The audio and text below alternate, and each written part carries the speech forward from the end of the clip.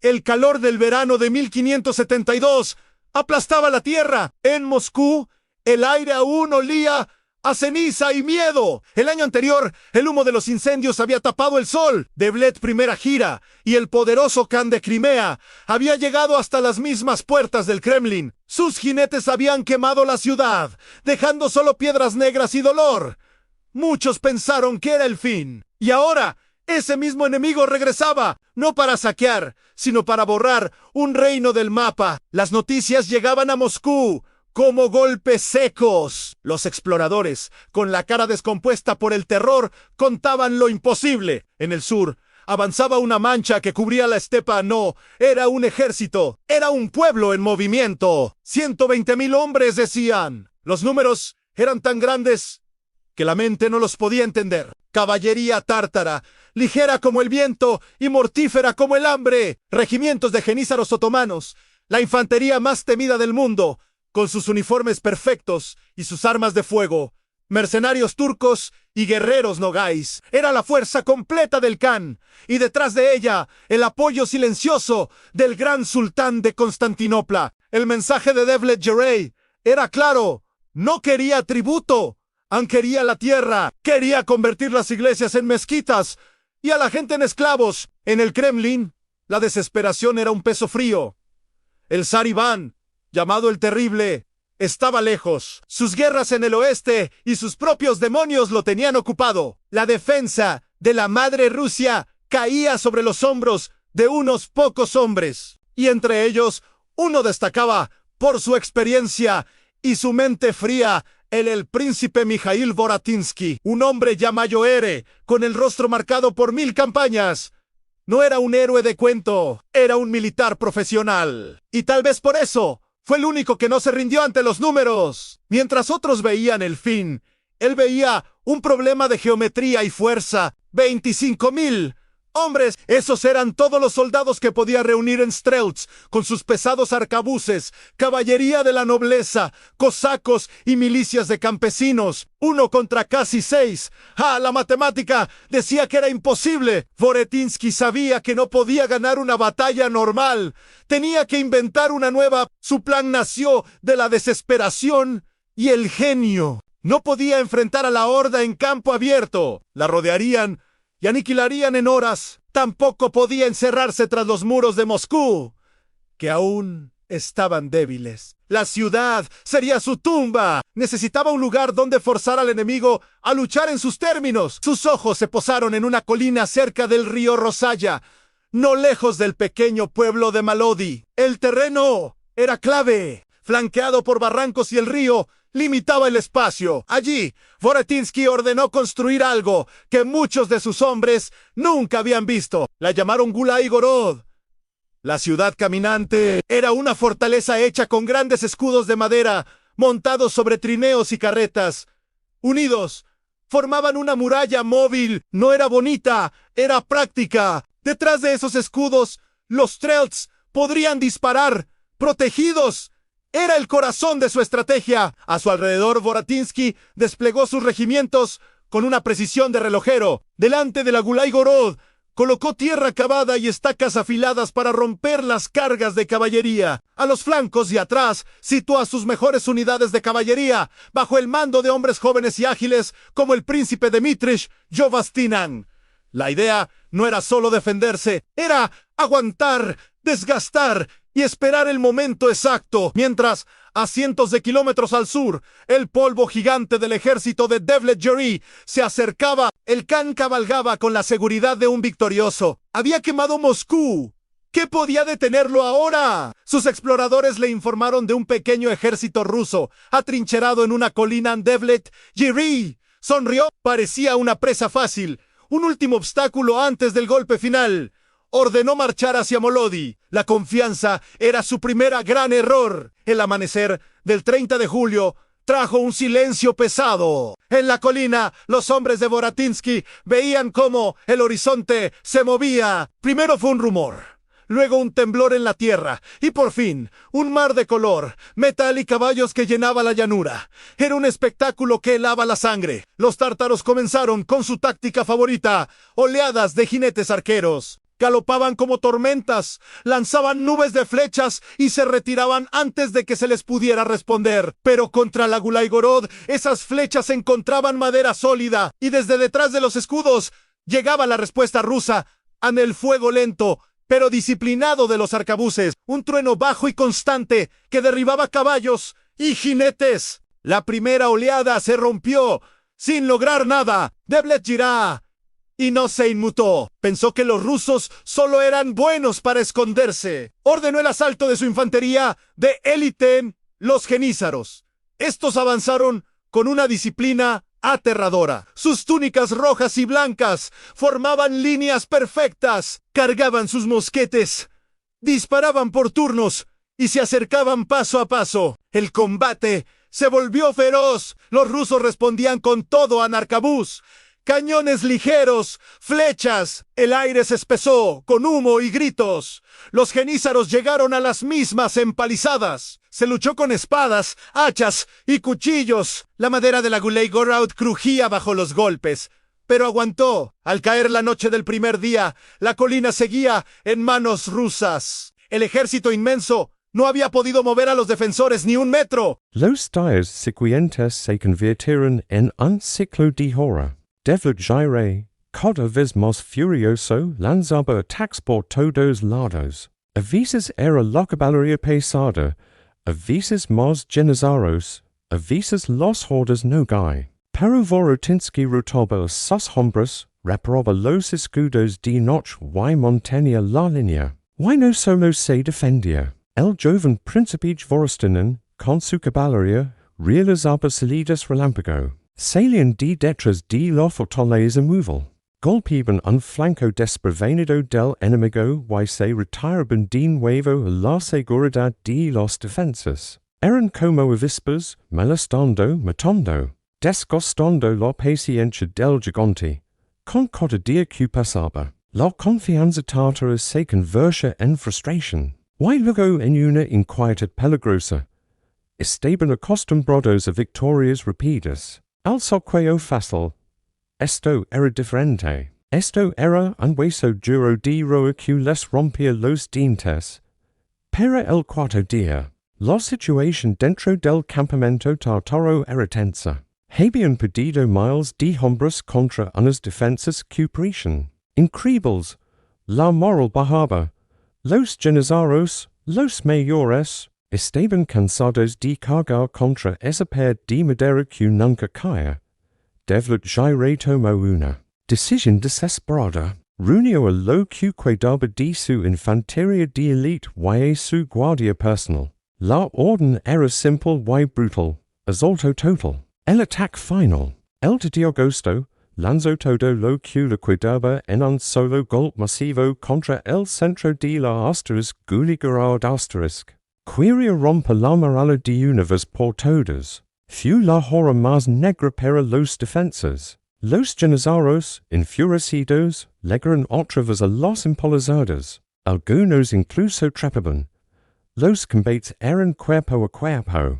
Hombre contra hombre en un espacio reducido y lleno de muerte. La línea rusa cedía en algunos puntos, pero no se rompía. Los soldados luchaban sabiendo que detrás de ellos no había nada, solo la esclavitud o la muerte. Fue en este momento de máxima presión.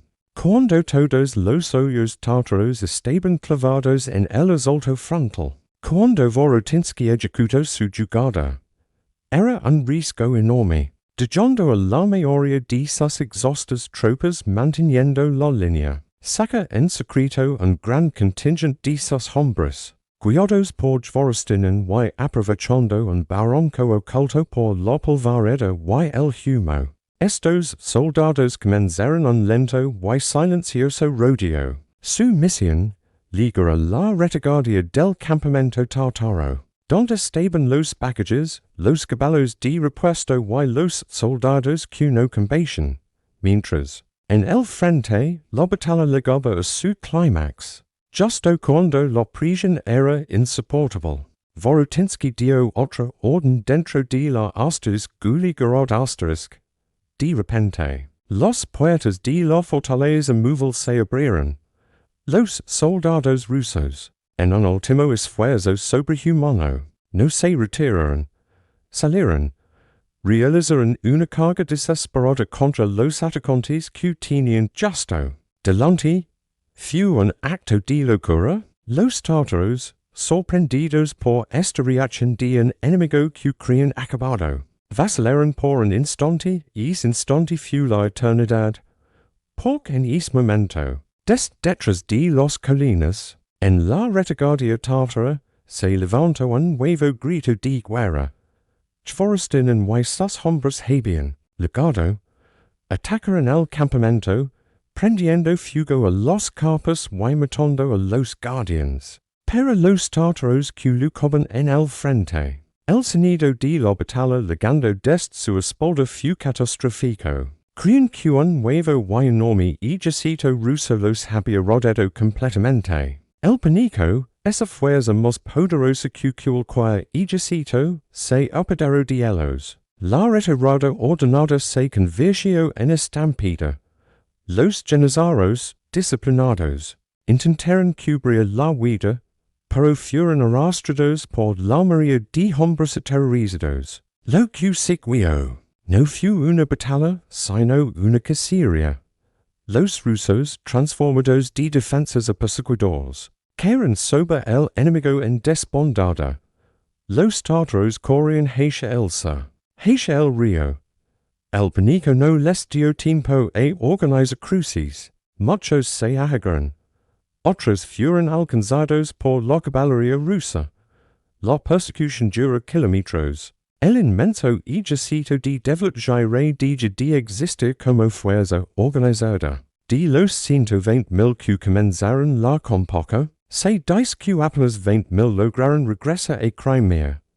El que perdió a sus hijos, a sus mayores comandantes y a casi toda su caballería de élite. Fue una aniquilación casi total.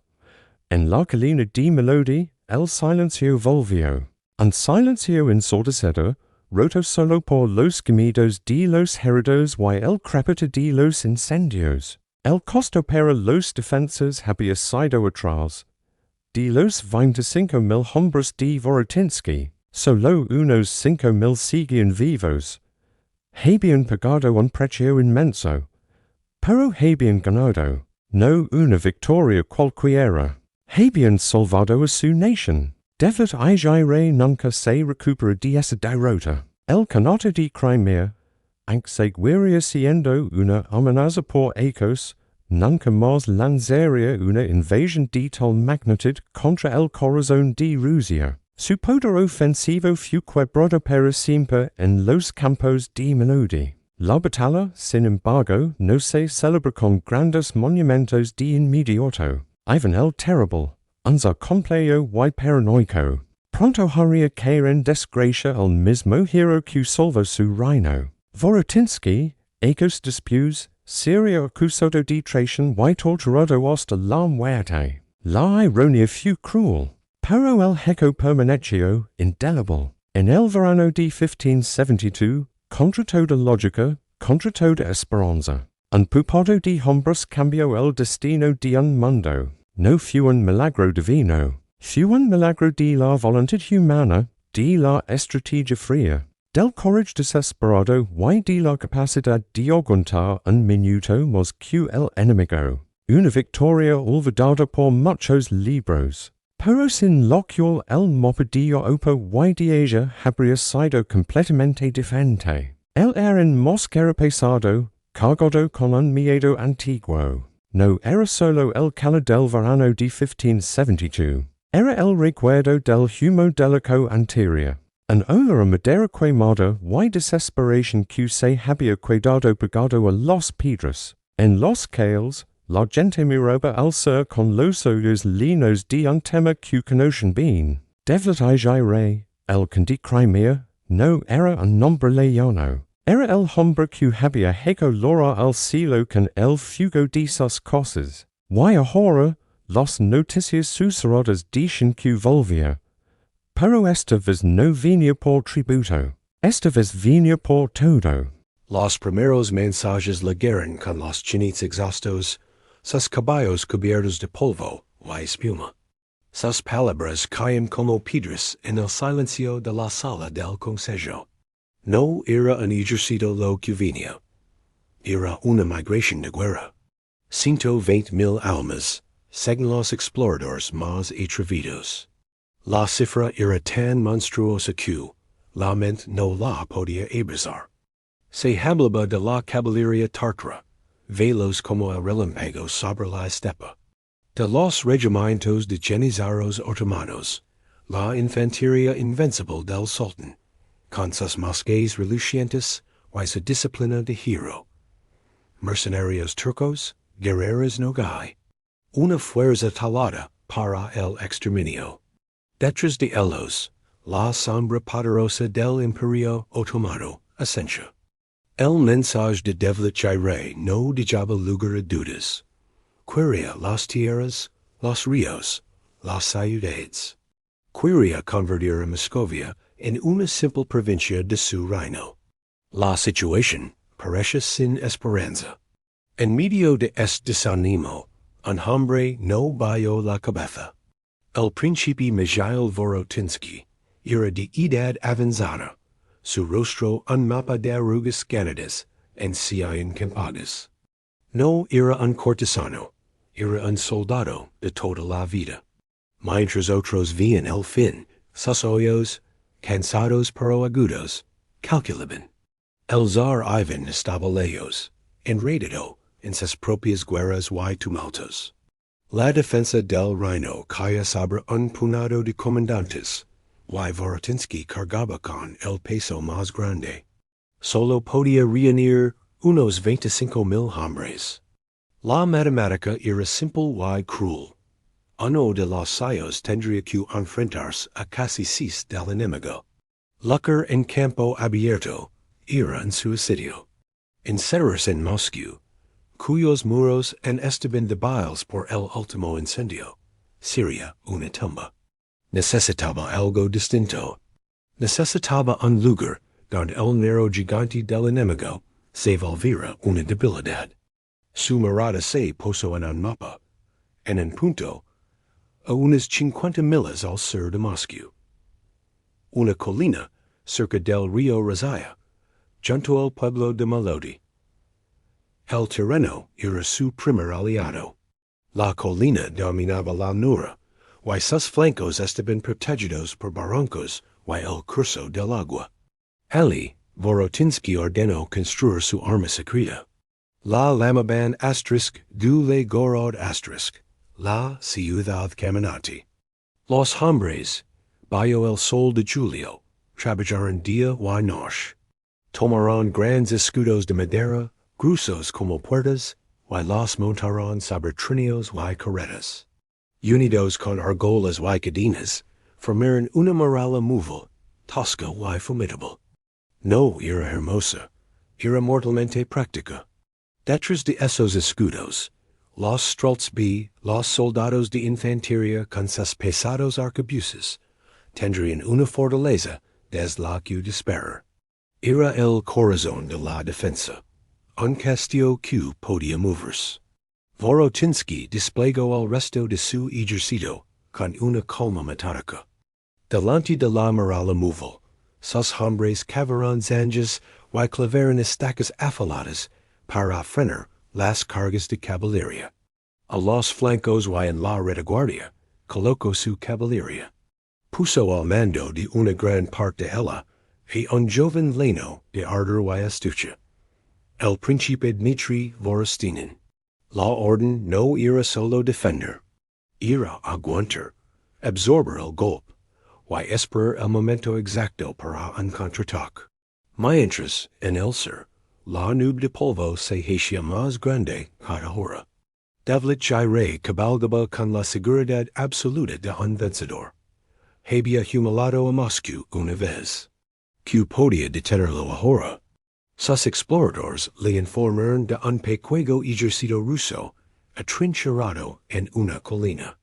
Para el can fue una noticia casi despreciable. Un último obstáculo insignificante antes del golpe de gracia. Ordenó a su horda dirigirse hacia Molodi. Su confianza era completa, y seria su primer y más grave error. El amanecer del 30 de julio, no salió con un grito, sino con un temblor. En la colina, los hombres de Vorotinsky vieron como la tierra misma parecía levantarse. Primero fue un rumor sordo, un latido profundo. Luego, el horizonte se volvió líquido, y comenzó a avanzar.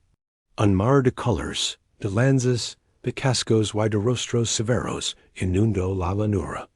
Era un espectáculo para alisar el corazón. Los tártaros comenzaron como siempre, con las ráfagas de sus jinetes arqueros. Galopaban en semicírculos, lanzaban nubes de flechas que silbaban en el aire, y se retiraban antes de que se pudiera apuntar.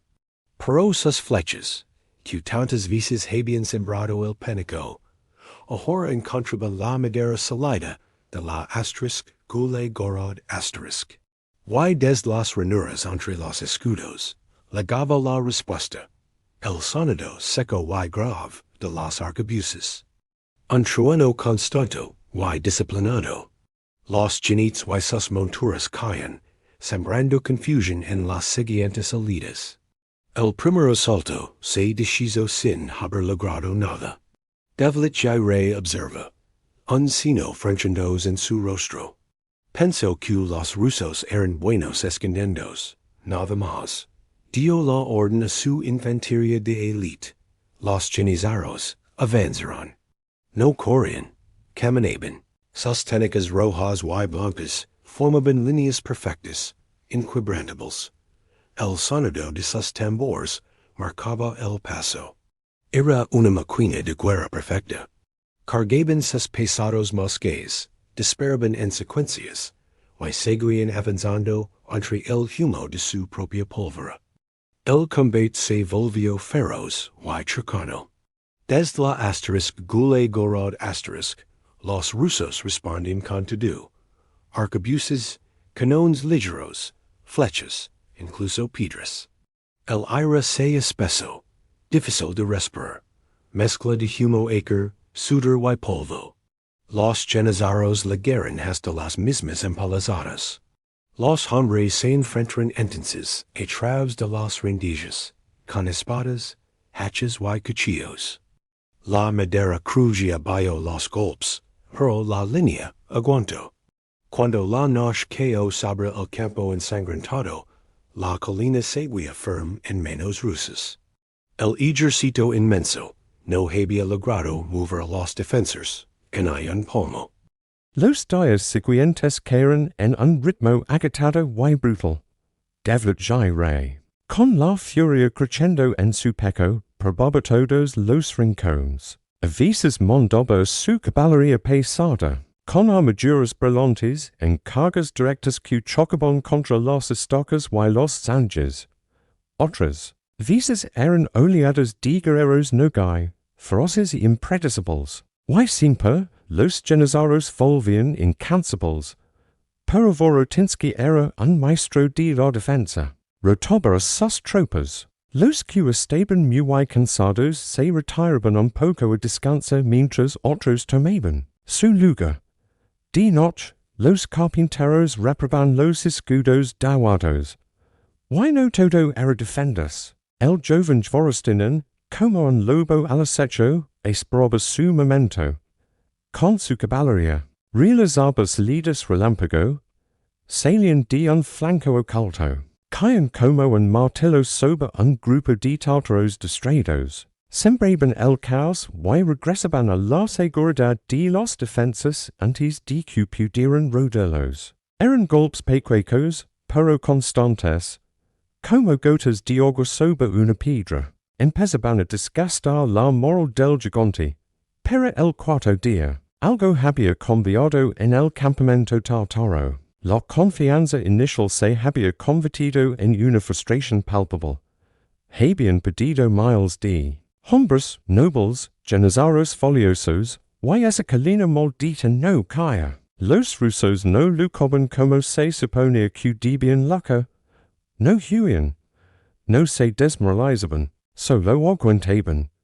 Devlet gire tomo una decisión desesperada. Runio a lo mayor de lo que le quedaba, sus jenízaros más veteranos, su guardia personal, sus comandantes, la orden fue simple, azolto total, todo a la vez, el último esfuerzo, sería el día de agosto. Esa mañana, el ataque comenzó con una intensidad nunca vista. Era como si toda la furia del conato se concentrara en un solo punto de la mirada móvil. Los jenízaros, sin información perfecta, cargaron con una rabia salvaje.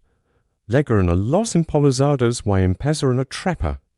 Los hachazos resonaban contra la madera. Los defensores rusos, exhaustos, con los ojos inyectados en sangre, luchaban con la fuerza de la desesperación. Sabían que si esa línea caía, detrás no había nada. Sería la muerte, o una vida de esclavitud. El combate era un amasillo de cuerpos, un fosillo sangriento en un espacio reducido. La línea se combaba, parecía a punto de romperse, fue el momento más crítico. El instante en el que la historia pudo inclinarse hacia otro lado. Why fue en ese preciso instante cuando Vorotinsky jugó su última carta.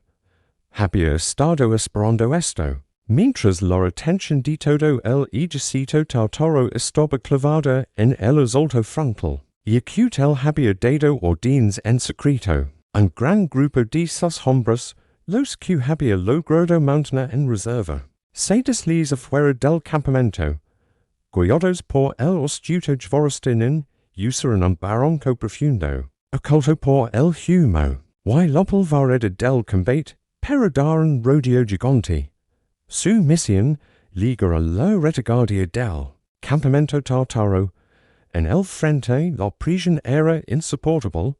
Vorotinsky entonces dio otra orden. De repente, las puertas de la asterisk guligorod asterisk se abrieron hacia fuera. No para huir, sino para atacar. Los defensores, en un acto de pura audacia, salieron en una carga desesperada contra los mismos jenízaros que los asediaban. La sorpresa fue total. Los tártaros, que creían tener un enemigo acorralado, de repente vieron que ese enemigo les salía al encuentro con espadas en la mano. Vacilaron. Por un momento crucial, su avance se detuvo. Y en ese momento de duda, desde atrás, desde el lugar donde debería estar su seguridad, llegaron los sonidos que todo soldado tem, gritos de alarma, choque de armas, el crepito de los lomas. Dvorostinin y sus hombres habían llegado al campamento tártaro. Atacaron los bagages, prendieron fuego a las tiendas, cortaron las cuerdas de los caballos. Pero los tártaros que luchaban en el frente, el significado fue claro y aterrador, estaban rodeados. Un nuevo ejército, fresco, los atacaba por la espalda. El pánico, esa enfermedad contagiosa y rápida, estalla. No fue una retirada, fue un desmoronamiento. La disciplina de los jenízaros se quebró. Los jinetes tártaros giraron sus caballos y huyeron, pisoteando a sus propios soldados de infantería en el camino. El ejército inmenso se convirtió en una multitud aterrorizada. Lo que siguió fue una carnicería. Los rusos de defensas se transformaron en cazadores. Los persiguieron por kilómetros. Muchos tártaros en su huida ciega se ahogaron en el río Rosaria, empujando unos a otros al agua. Otros fueron alcanzados por la caballería de Dvorostinin.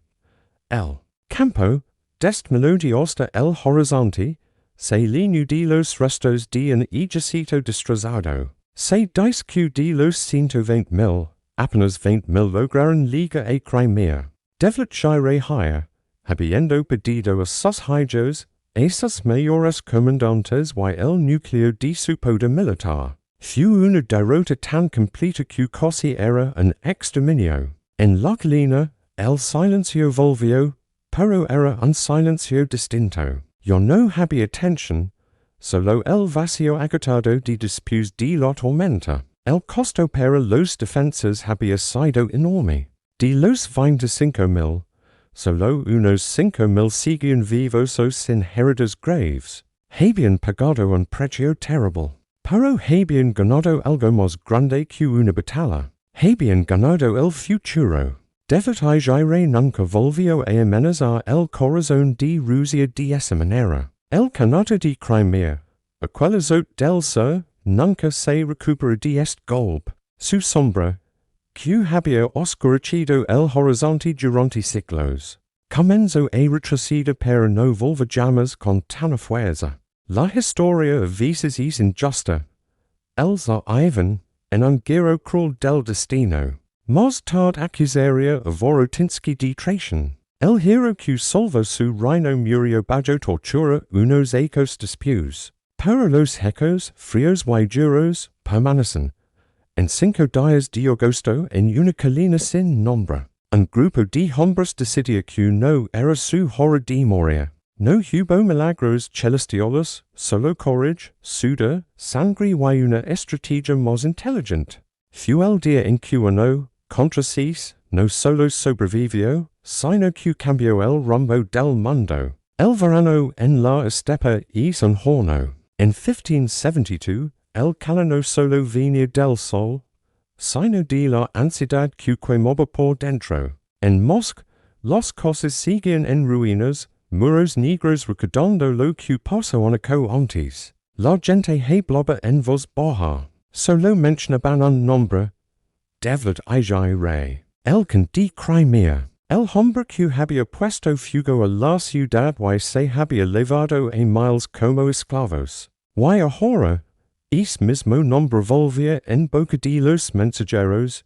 que llegaban con los ojos desencajados. No volvía para pedir oro, volvía para quedarse con la tierra. Los relatos de los exploradores parecían cuentos de locos. Dicen que el ejército del can cubría el horizonte, que era como ver el mar mover sobre la tierra. 120,000 hombres. La cifra era tan grande que no tenía sentido. Entre ellos, no solo estaban los jenízaros, rápidos como el viento, también marchaban los jenízaros, la guardia personal del sultán de Constantinopla. Eran la infantería más temida del mundo, vestidos de rojo y blanco, que avanzaban al ritmo de tambores y no conocen la retirada. Detrás de todo esto estaba el poder silencioso del imperio otomano, que veía con buenos ojos para Moscovia del mapa. Para muchos, la suerte estaba echada. Era el fin. En el Kremlin, el ambiente era de una calma pesada, la calma que viene cuando no hay escapatoria. El zar Ivan no estaba. Sus problemas y sus guerras en otra frontera lo mantenían lejos. Quienes quedaban, los príncipes y comandantes, sabían que la responsabilidad era suya. Y entre ellos, un hombre de rostro serio y mirada cansada tomó las riendas. El príncipe Miguel Vorotinsky. Era un veterano, un hombre que había pasado más tiempo en campamentos que en palacios. Mientras otros contaban enemigos, él contaba recursos. Solo tenía 25,000 hombres. La mayoría, strolzts con sus arquebuses pesados y lentos. Algunos regimientos de caballería noble. Y militias de campesinos con hacas y lanzas. And no contra la lógica dice que era imposible. Pero Vorotinsky no buscaba una batalla lógica. Buscaba una trampa. Su mente trabajaba sobre los mapas. No podía presentar batalla en campo abierto. La caballería tártara los rodearía y aniquilaría en unidad. Tampoco podía encerrarse en Moscú. La ciudad no estaba débil. Sería su prisión y luego su tumba. Necesitaba un lugar donde el tamaño del ejército enemigo fuera un problema, no una ventaja. Encontró ese lugar cerca de un pueblo llamado Molodi. Una colina no muy alta, pero con los flancos protegidos por barrancos y un río. Ali. Dijo a sus hombres, herien su stand. Pero no se limitaria cavar trincheras. Ordino construir algo que muchos de sus soldados solo conocen de oídas, la guligarad.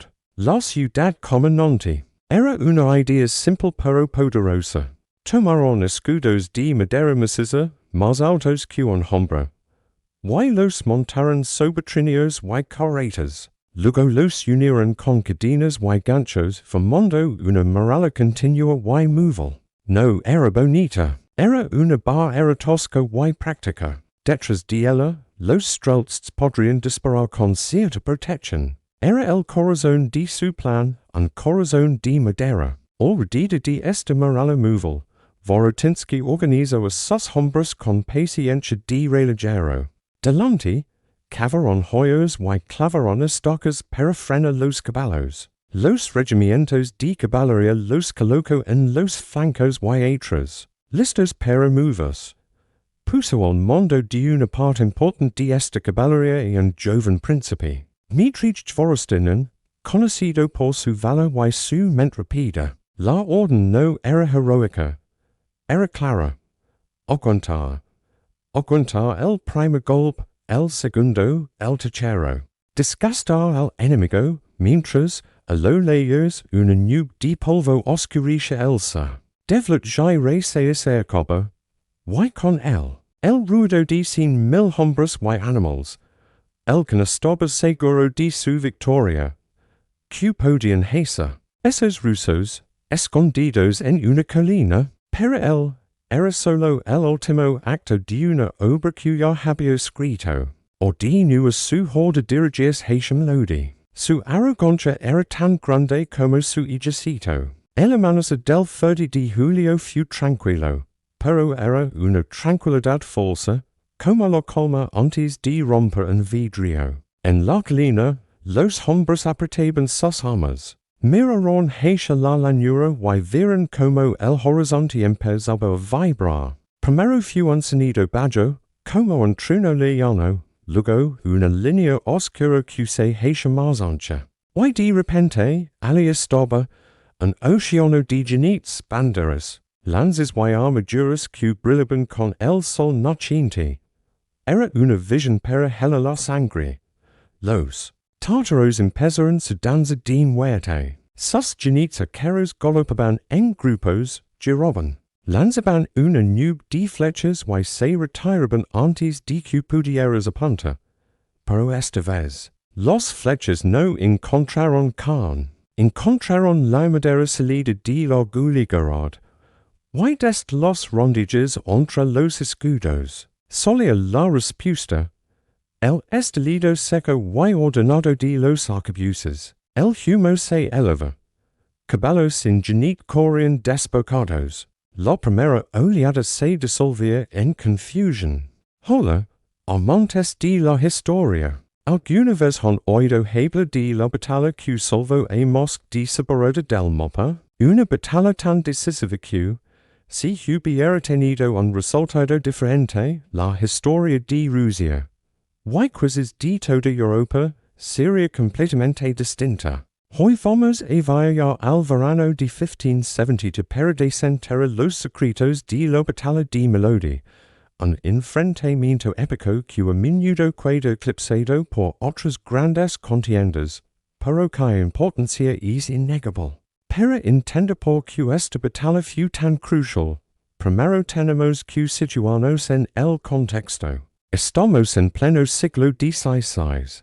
El Ejército ruso, bajo el mando del temible Ivan el Terrible, está en plena expansión. Ha conquistado los canales de Kazan y Astrakhan, abriendo rutas comerciales y consolidando su poder hacia el este y el sur. Pero esta expansión no le sienta nada bien a su vecino del sur, el poderoso Khanate de Crimea, respaldado por el Imperio Otomano. Para los tártaros de Crimea, las tierras rusas eran secreto de cosa particular, una fuente constante de esclavos y botín a través de sus devastadoras incursiones. El líder del Khanate de Crimea en ese momento era Devlet un hombre ambicioso y muy hábil militarmente. Un año antes, en 1571. Había liderado una incursión fulminante que liga hasta las mismísimas puertas de Moscú. Aprovechando que gran parte del ejército ruso estaba ocupado en la guerra de Livonia, en el oeste. Devletjire y sus jinetes socorren los alrededores de la capital. Y prendieron fuego a los suburbios. El incendio se propagó con una rapidez aterradora.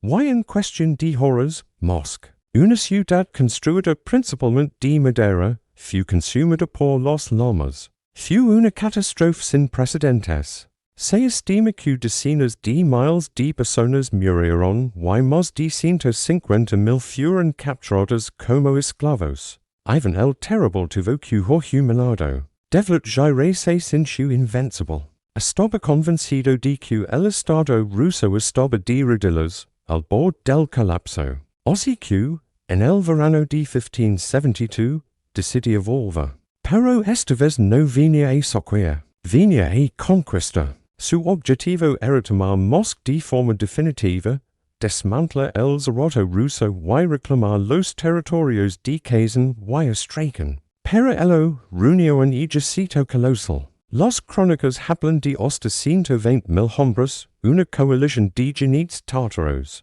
infantería turca, los famosos jenízaros, e incluso artillería. Era una fuerza abrumadora, la mayor que el Kanato había reunido jamás. Confiado en su superioridad, Devletjire ya se había repartido las tierras rusas entre sus nobles. Mientras tanto, en el lado ruso, la situación era desesperada. Ivan el Terrible, todavía traumatizado por el desastre bélico anterior y paranoico como siempre, se había retirado al norte.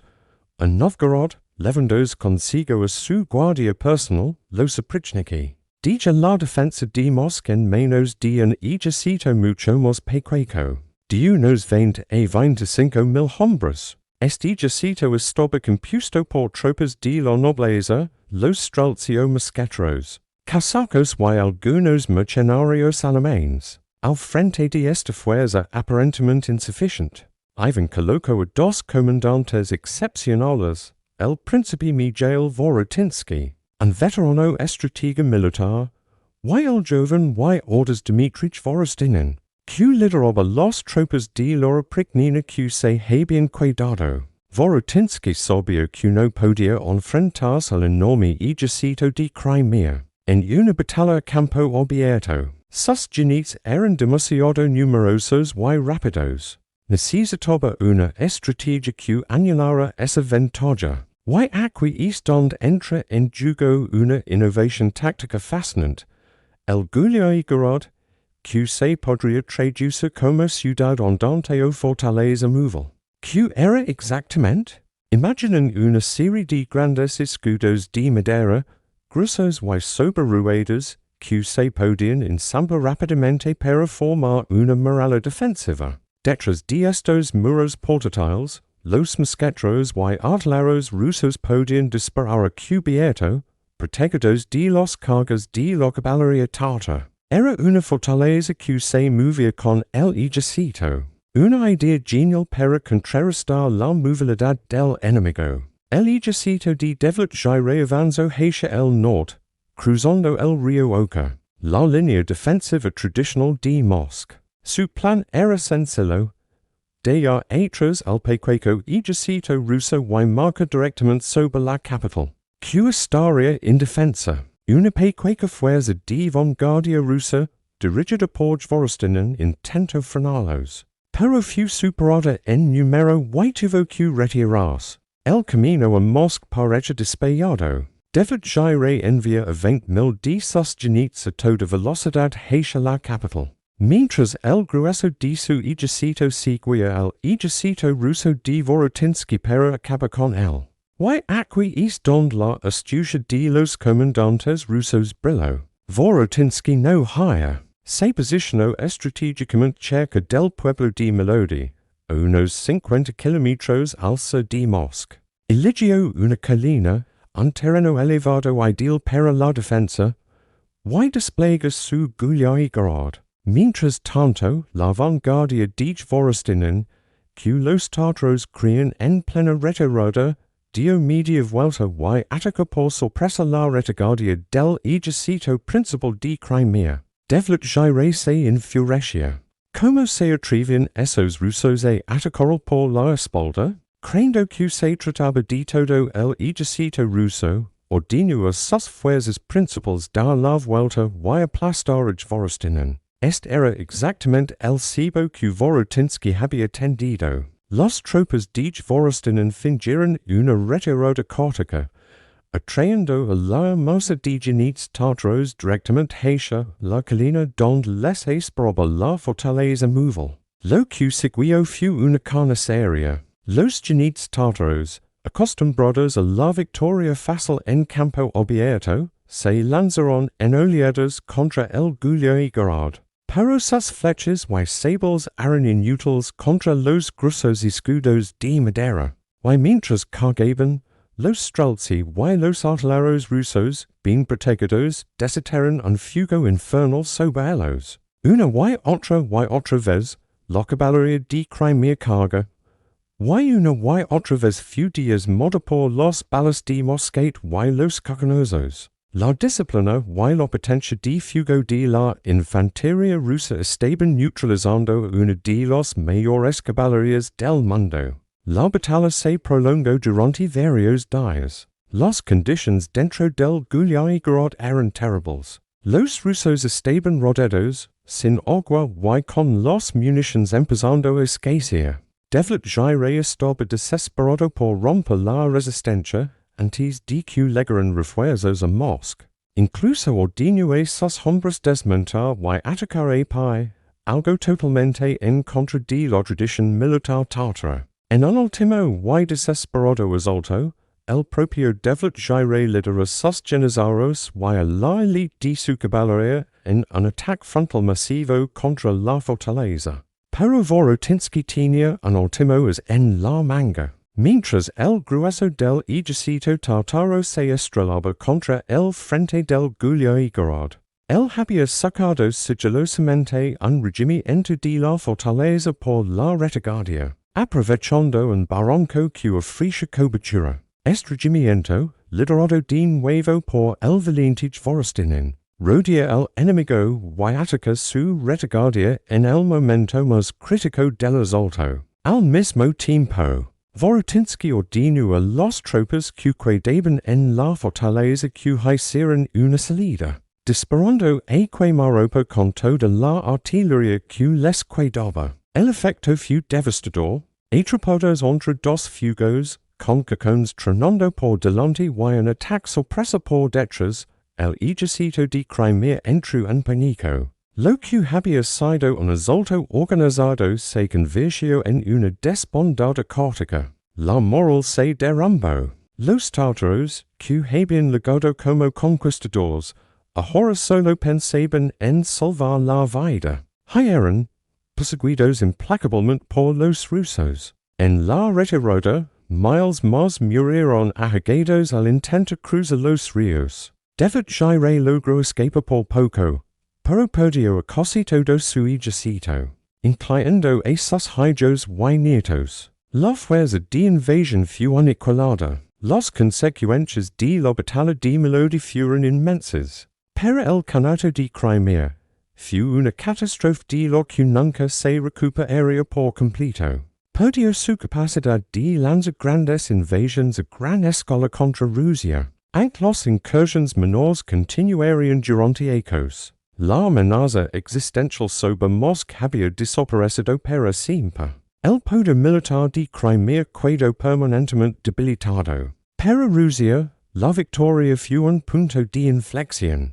Asegurar su frontera sur y permitió a Ivan el Terrible concentrar sus recursos en la guerra de Livonia y en la expansión hacia Siberia. Consolidó la existencia del Estado ruso y demostró la eficacia de sus nuevas tácticas militares, combinando la infantería con fortificaciones móviles. Sin Molodi, es muy probable que Moscú hubiera sido destruida y el zarato ruso se hubiera fragmentado, cambiando drásticamente el curso de la historia de Europa del Este. Irrecomment, el hero de la batalla, el príncipe Miguel Vorotinsky, tuvo un final trágico. Apenas una co-dispuse, fue acusado de traición por el paranoico Ivan el Terrible, supuestamente por intento hechizar al zar. Fue torturado y murió a consecuencia de los heridos. Un final terriblement injusto para el hombre que salvó a su país.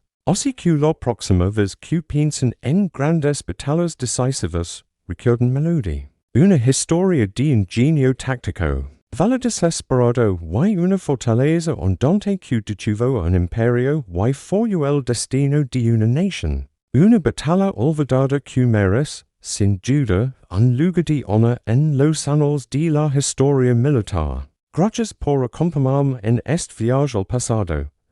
Si les ha gustado, no olviden darle like, suscribirse y activar la campanita para no perderse ninguna de nuestras próximas historias. Hasta la próxima.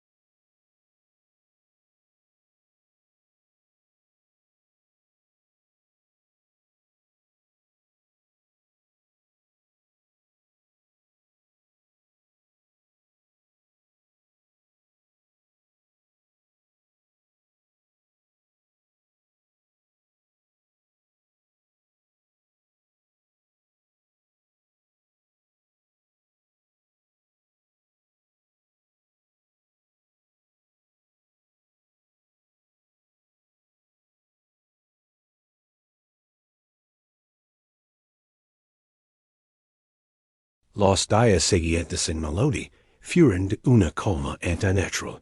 Los heridos que podían ver fueron llevados en carretas hacia Moscú. Los que no, murieron allí, en la colina que los había protegido. Los enterraron en una fosa al pie de la llanura. No hubo grandes discursos. Quizás un pope pronunció unas palabras apresuradas. Su voz cansada, mezclándose con el viento que recorría la estepa. Los supervivientes comenzaron a desmontar lo que quedaba de la ciudad caminante. La madera valiosa sería reutilizada. Cada escudo cargado en una carreta era un recuerdo de los días del horror. La noticia de la victoria vaya más rápido que los hombres.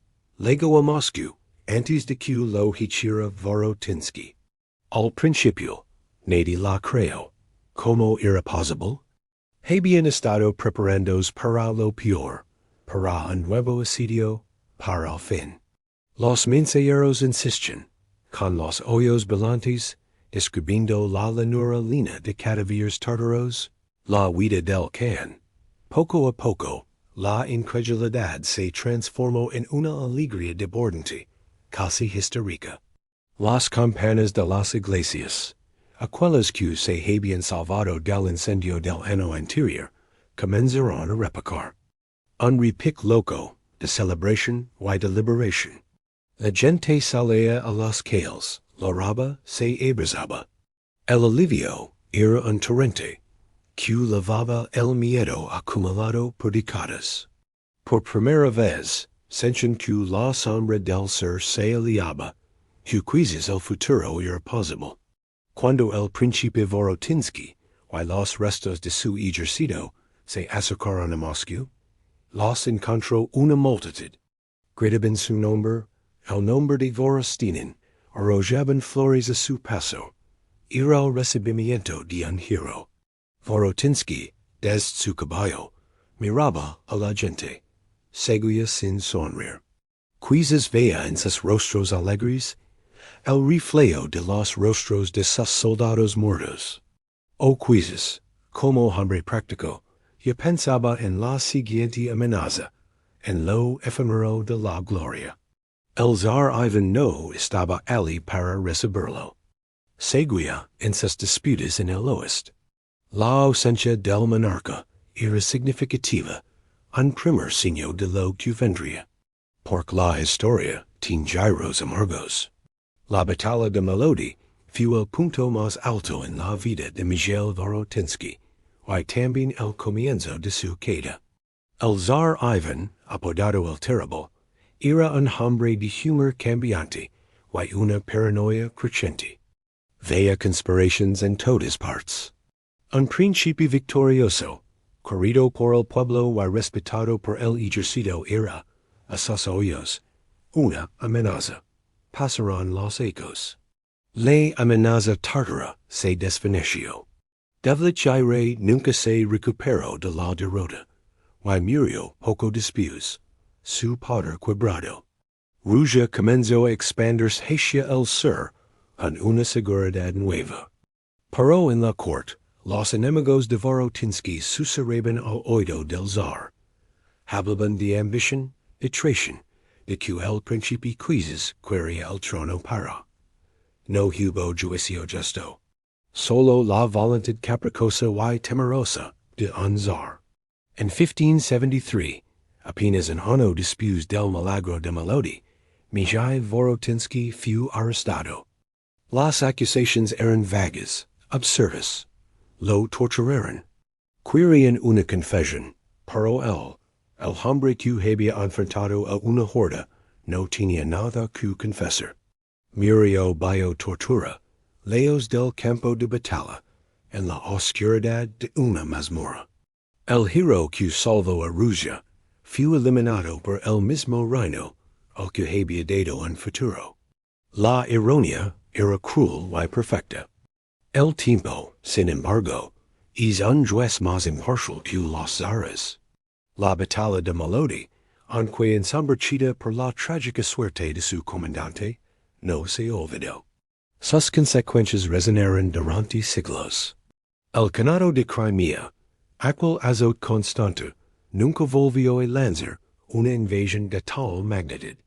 Su poder se fue apagando lentamente, hasta que más de 2 siglos después, la propia Crimea fue anexionada por el imperio, que había ayudado en nacer en aquella colina. La seguridad de la frontera sur permitió a Rusia crecer, morar hacia otros lados, convertirse en el imperio que la quería hacer. Hoy, pocos fuera de Rusia recuerdan el nombre de Molodi. No está en los libros de texto occidentales, como otras grandes batallas, pero su eco está ahí en la historia. Fue una victoria de la inteligencia sobre la fuerza bruta, de la disciplina sobre el nervo, de la voluntad férrea sobre la confianza arrogante. No hubo generales carismáticos en hermosos caballos blancos. Hubo un veterano cansado, un joven impetuoso, y miles de hombres anónimos que, Durante 5 dias interminables, decidieron que no era su hora de morir. No la quieren por la gloria de un zar leano, y desagradecido. La quieren por la tierra que tenían detrás, por las personas que habían dejado en las aldeas, por el simple y poderoso instinto de sobrevivir. La colina de Molodi ya no tiene cicatrices visibles. La hierba cubrió las fosas, el viento borró las huellas.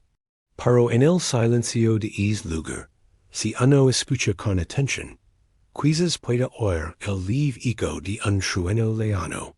No es el trueno de los cañones, sino el latido testarudo de un corazón que se negó a dejar de latir. Un corazón que, en el verano de 1572, venció a Cis.